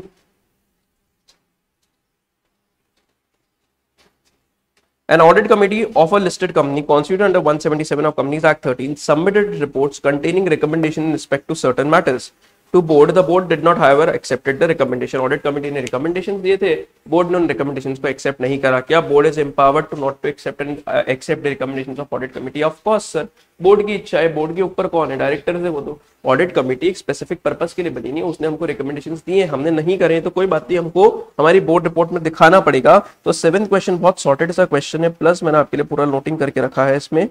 चलो सबसे पहला, board is empowered not to accept the recommendations of audit committee but only under genuine circumstances supported by legitimate reasons। ये लाइन लिख के आना, इस पर एग्जाम में वेटेज है। क्या लाइन सर, कौन सी लाइन बोल रहे हैं सर आप? मैं आपको बोल रहा हूं ये वाली, आप कोई जेन्युइन सर्कमस्टांसेस में which are supported by legitimate reasons, if you don't want, you do not accept the recommendations of audit committee, else आपको एक्सेप्ट करना चाहिए। चलो अब बोर्ड ने एक्सेप्ट नहीं करा है तो सर क्या करना है? कुछ नहीं करना है, 134(3) के हिसाब से उनको उनकी बोर्ड रिपोर्ट में दिखाना है, which is place before the company in the general meeting of the company में जो इन्होंने रख रखा है उसमें चाहे तो ये दिखा सकते हैं। क्लियर है, पक्का? बड़े तो आपको बोर्ड रिपोर्ट में दिखाना पड़ेगा कि सर हमने ये रीजन के कारण एक्सेप्ट नहीं करा है। नेक्स्ट है 8th वाला क्वेश्चन। MNC limited of a company जिसकी paid up share capital 8 crore है, उसको राइट इशू लेके आ रहा है 1:1 का। The said company is listed Mumbai stock exchange where the company is required to appoint an audit committee and if yes draft a suitable board resolution. चलो भैया आप मुझे बताओ, ऑडिट कमेटी अपॉइंट करना पड़ेगी क्या? तो ऑडिट कमेटी की तो सर 3 छोटी सी लिमिट्स है, वो लिमिट्स देख लेते हैं, उसके बाद समझ में आ जाएगा ऑडिट कमेटी अपॉइंट करना है या नहीं करना है। सबसे पहले ये लिस्टेड कंपनी में तो कोई लिमिट होती ही नहीं है सर, तो लिस्टेड कंपनी को तो ऑडिट कमेटी रखना ही रखना है। MNC limited being a listed company is always bound to have an audit committee. Further 177(2) बोलते हैं ऑडिट कमेटी में कितने होंगे? मिनिमम 3 डायरेक्टर होंगे, जिसमें भी मेजॉरिटी क्या होंगे? इंडिपेंडेंट डायरेक्टर होंगे। तो ऑडिट कमेटी का जो कॉन्फ़िगरेशन होता है वो कैसा होता है? With minimum 3 directors and the majority should be independent directors. ठीक है, बोर्ड रेजोल्यूशन ड्राफ्ट करना है, ड्राफ्ट कर देते हैं सर। बोर्ड रेजोल्यूशन में कुछ नहीं होता है, जो पॉइंट्स है फर्दर रिजॉल्व करके लिखते जाना है। ठीक है, मैं आपको एक रेजोल्यूशन बनाना भी सिखाता हूं, आपको आगे भी मदद मिलेगी। The draft board resolution for the constitution of audit committee is, सबसे पहले we have resolved that pursuant to provision of Companies Act 13 and the applicable clause of listing agreement with Mumbai Stock Exchange। ये line ध्यान रखना है। क्यों? क्योंकि sir of course अब आप मुंबई स्टॉक एक्सचेंज पे लिस्टेड हो तो उन्होंने कुछ ना कुछ लिस्टिंग एग्रीमेंट्स की क्लॉजेस आपको दिए होंगे।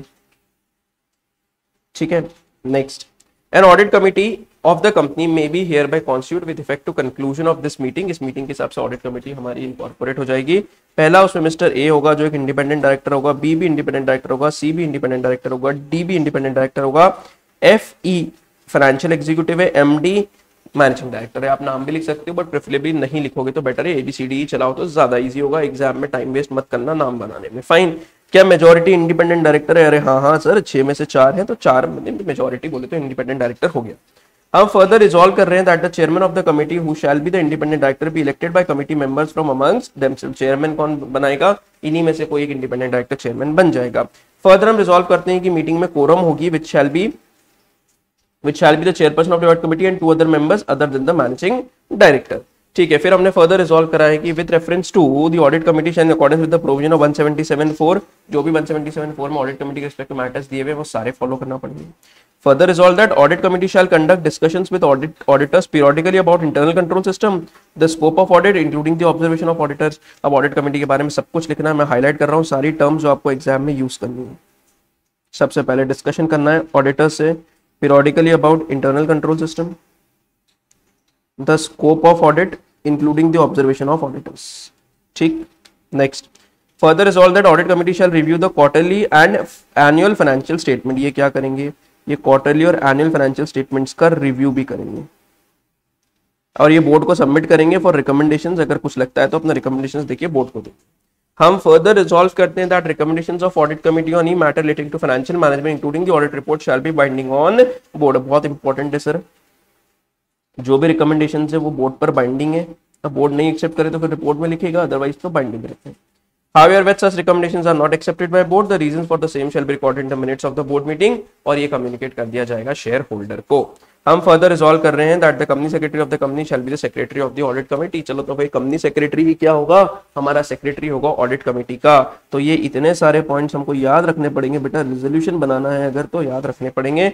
हम फर्दर रिजॉल्व करते हैं that chairman of the audit committee shall attend the annual general meeting of the company provided any clarification on matter related to audit as be required, वो देगा ही देगा। और लास्ट पॉइंट है हम फर्दर रिजॉल्व करते हैं दैट बोर्ड या annual report to the members of the company shall include the particular of constitution of audit committee. हमने ऑडिट कमेटी कैसे बनाई है और हमारे इसमें non acceptance of any recommendation audit committee और उसका रीजन ये हम लोग हमेशा हमारी बोर्ड रिपोर्ट यानी एनुअल रिपोर्ट में लिख के दे देंगे।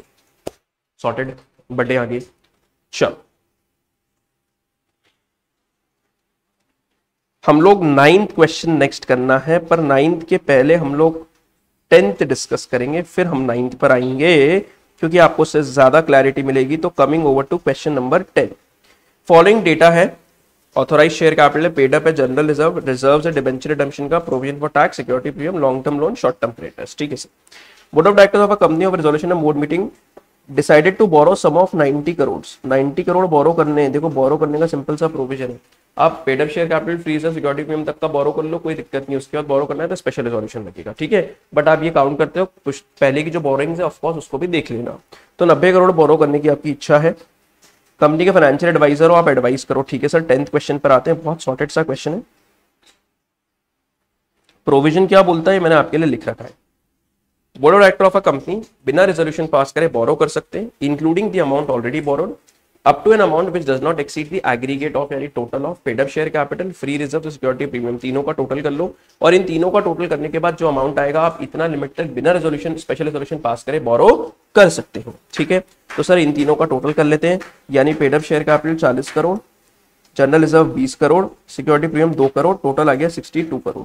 तो 62 करोड़ का 100% 62 करोड़ बोले तो सर 62 करोड़ तक का बोरोइंग कर सकते हैं, including already amount borrowed. So I have the amount which is already borrowed is 10 crore.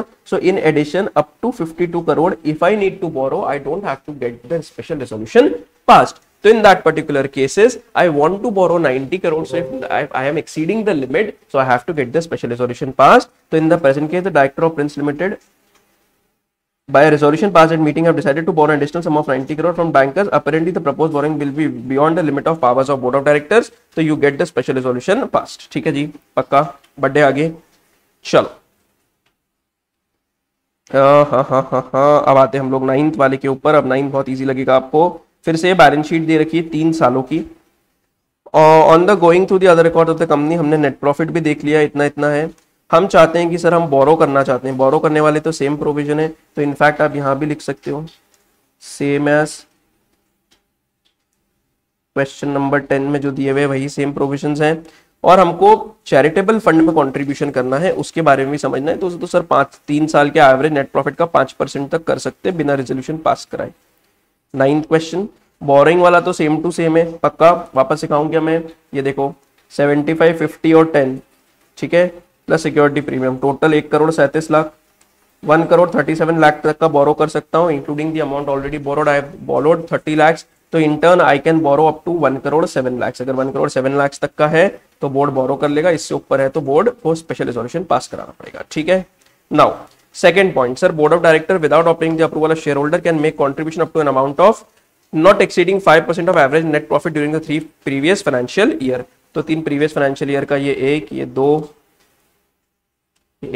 ये 3, इनका टोटल, इनका एवरेज डिवाइड बाय 3 करके उसका 5% 1 करोड़ 1,10,000। तो 1,10,000 तक का अमाउंट जो है हम लोग इजीली बोरो कर सकते हैं और हम लोग इजीली डोनेट कर सकते हैं। अगर इसके ऊपर करना है तो स्पेशल रेजोल्यूशन पास करना पड़ेगा। ठीक है, पक्का 100%। चलो 9th हो गया, 10th हो गया, अब आते हैं 11th क्वेश्चन के ऊपर। One of the objects of clauses of memorandum of association of Info Limited conferred upon the company power to sell its undertaking to another company with identical objects. Company's articles also conferred upon directors where power was conferred upon them to sell otherwise deal with property. At an extraordinary general meeting of the company, members passed an ordinary resolution for the sale of its assets. देखो भाई क्या था, एक object था हमारे clauses of memorandum में, उसमें ये दे रखा था कि कंपनी का काम है अपनी अंडरटेकिंग्स को बेचना किसी सिमिलर आइडेंटिकल ऑब्जेक्ट वाली कंपनी। ठीक है। कंपनी डायरेक्टर्स को पावर दे रखी थी कि वो बेच सकते हैं। एक्स्ट्राऑर्डिनरी जनरल मीटिंग मेंबर्स ने एक ऑर्डिनरी रेजोल्यूशन भी पास कर दिया था for sale of assets to certain terms and authorise the directors to carry out the sale. Directors को बोला था आप आगे प्रोसीजर कैरी करो और बेचो इनको। डायरेक्टर ने रिफ्यूज कर दिया to comply with the wishes of the member whereupon it was content on behalf of members that there were the principals and directors being their agents were bound to give effect to their members decision. फिर बाद में बोला आपके director के ना पहले page पे लिखा हुआ है ये क्या बोला है कि सर जो डायरेक्टर्स होते हैं are the agent and trustees of the company. तो फिर जो जो हमारे प्रिंसिपल ने बोला यानी मेंबर्स ने बोला वो डायरेक्टर्स को आइडियली करना चाहिए। अब आप प्रोविजन देखो कंपनीज एक्ट 13 की और बताओ मेंबर का कंटेंशन सही है क्या कि मेंबर की डायरेक्शंस को नहीं माना है तो क्या होगा, और whether it is possible for the members to usurp the powers by which directors are vested and क्या रेजोल्यूशन पास करना पड़ेगा क्या। बहुत ही अच्छा क्वेश्चन, डिटेल क्वेश्चन एग्जाम में आया तो पूरा का पूरा लिखने में रिकॉल करने में थोड़ी सी मिस्टेक हो सकती है, ध्यान से समझिएगा। पूरा का पूरा जो क्वेश्चन है वो कहीं ना कहीं हमारी पावर्स ऑफ बोर्ड पर लेके जाएगा हमको। ठीक है, तो 11th 12th 2 क्वेश्चन है और ये चैप्टर हमारा खत्म हो जाएगा। चलो, in accordance with the provision of Companies Act 13 as contained in 179(1), the board of directors of a company shall be entitled to exercise all such powers and do all such acts as the company is authorized and exercise to। ये तो clear cut बोल रखा है कि जो company के पास power है वो बोर्ड ऑफ डायरेक्टर्स के पास भी पावर है, जो कंपनीज के पास पावर है वो बोर्ड ऑफ डायरेक्टर के पास भी पावर है। ठीक है, नेक्स्ट है provided that exercising such power और डूइंग सच एक्ट और thing the board shall subject to provision contained in this behalf in the act or in the memorandum or in the regulations therewith and duly made thereunder including regulations made by the company in the general meeting। ये powers exercise करते वक्त हम provision देखेंगे, act देखेंगे, memorandum, regulations और कुछ member ने resolution pass करा उनको सबको देखेंगे। Provided further that the board shall not exercise any power or do any act or do anything which is direct or required whether under this act or any other member or article of a company otherwise to exercise done by the company in the general meeting। जो काम company को करना general meeting में वो of course board of directors नहीं कर सकते। Section 181 of Companies Act 13 specify the powers which board of directors of a company shall exercise only with the consent of the company by special resolution। उसमें एक power ये है to cell dispose, otherwise ये काम करना है तो आपको स्पेशल रेजोल्यूशन पास करना पड़ेगा, ये 181 में दिया हुआ है। Therefore sale of undertaking by company can be made by board of directors only with the consent of members of the company accorded by passing a special resolution। Question ने ordinary resolution बोला था, हमको special resolution लगेगा।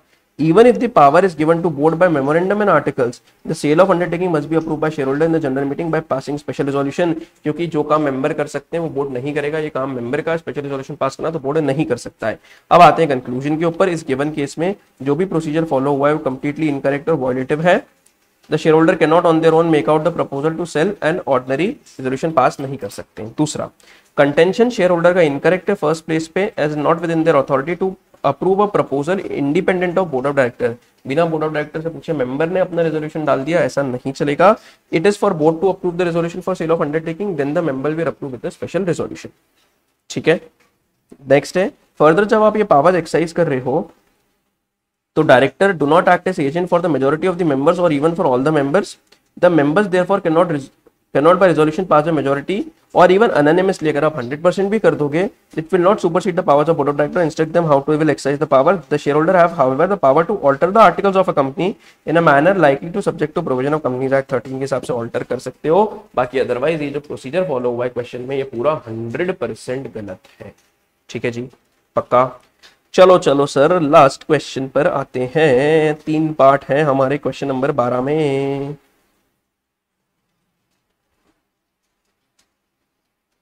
अच्छा, एक recommendation और मैं देना चाहूंगा। क्वेश्चन नंबर 11 जो power of board of director है क्वेश्चन है, बहुत डिटेल्ड क्वेश्चन है और उसमें वो प्रोसीजर फॉलो नहीं कराए जिसमें हम लोग लॉ और इंटरप्रिटेशन ऑफ क्वेश्चन एनालिसिस या कंक्लूजन लिखते हैं। एक बार जरूर घर से राइटिंग में लिख के जाना इस क्वेश्चन को एग्जाम देने के पहले।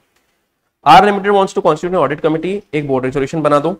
ठीक है सर, फॉलोइंग मैटर्स में मेंबर कौन रहेंगे, चेयरमैन कौन रहेगा, 2 फंक्शन की बात कर लेना, मिनिमम लाइकली टर्नओवर की बात कर लेना और रोल ऑफ ऑडिट कमेटी की बात कर लेना। सर इस टाइप के केसेस हैं और आपको बना के देना है। तो सबसे पहले आपको मेंबर कवर करना है, चेयरमैन और एनी 2 फंक्शंस। अब इसने एक क्वेश्चन हमसे पूछा what will be the minimum likely turnover of capital और रोल ऑफ ऑडिट कमेटी क्या है स्टैट्यूटरी ऑडिटर के साथ जब कंपनी विशेष कर रही है जो 144 में चीजें दी हुई उसके लिए ऑडिटर को एंगेज कर लिया जाए। आओ सर, बहुत ही शानदार क्वेश्चन।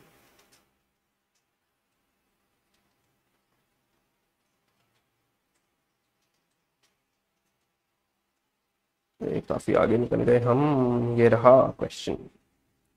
चलो, resolve that person to section 177 audit committee constituting, वही नाम इनने लिए 1 2 3 4 5 6 ठीक है, आगे बढ़ते हैं। फर्दर रिजॉल्व दैट, ये तो हमने ऊपर भी पढ़ा था, बस ये देख लेना कि मेजॉरिटी इंडिपेंडेंट हो तो 4 इंडिपेंडेंट है, चलेगा। Further resolve that chairman of the audit committee shall be elected by its members from among themselves and shall be independent director. Chairman कौन होगा? अमंग मेंबर होगा प्लस इंडिपेंडेंट होना चाहिए।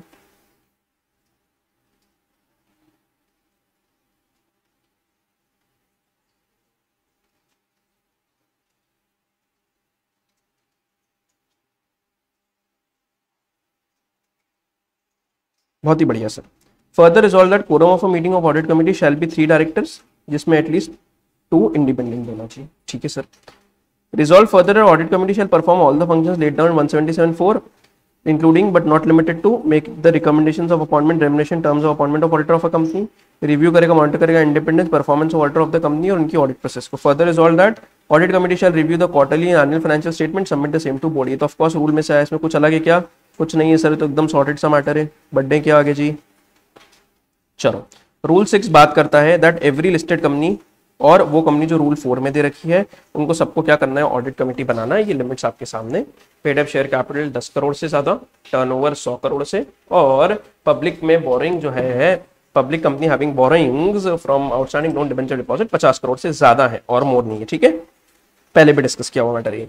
तो ऊपर के केस में टर्नओवर जो है वो 100 करोड़ है, 100 करोड़ से ज्यादा है। In the given case likely turnover for limited 100 crore से ज्यादा होना चाहिए, या हमारा paid up share capital 10 crore से ज्यादा होना चाहिए, क्योंकि इन्होंने ही कह दिया है कि हमको ऑडिट कमेटी बनाना है, तो टर्नओवर कितना होना चाहिए? 100 करोड़ से ज्यादा। रिवर्स क्वेश्चन है, और turnover paid up share capital 10 crore से ज्यादा। चलो, according to 177(5) the audit committee is empowered to call for the comments of auditors about internal control system, scope of audit और review of financial statement पर comment मांग सकते हैं, discuss any related issues with internal statutory auditors and management of the company। ये चाहे तो audit committee of course कर सकती है। So with this we have ended our 3 most important chapters of your examination: appointment and qualification director, managerial remuneration and meeting and boards meeting of boards and powers tools। ठीक है, clear है जी? पक्का?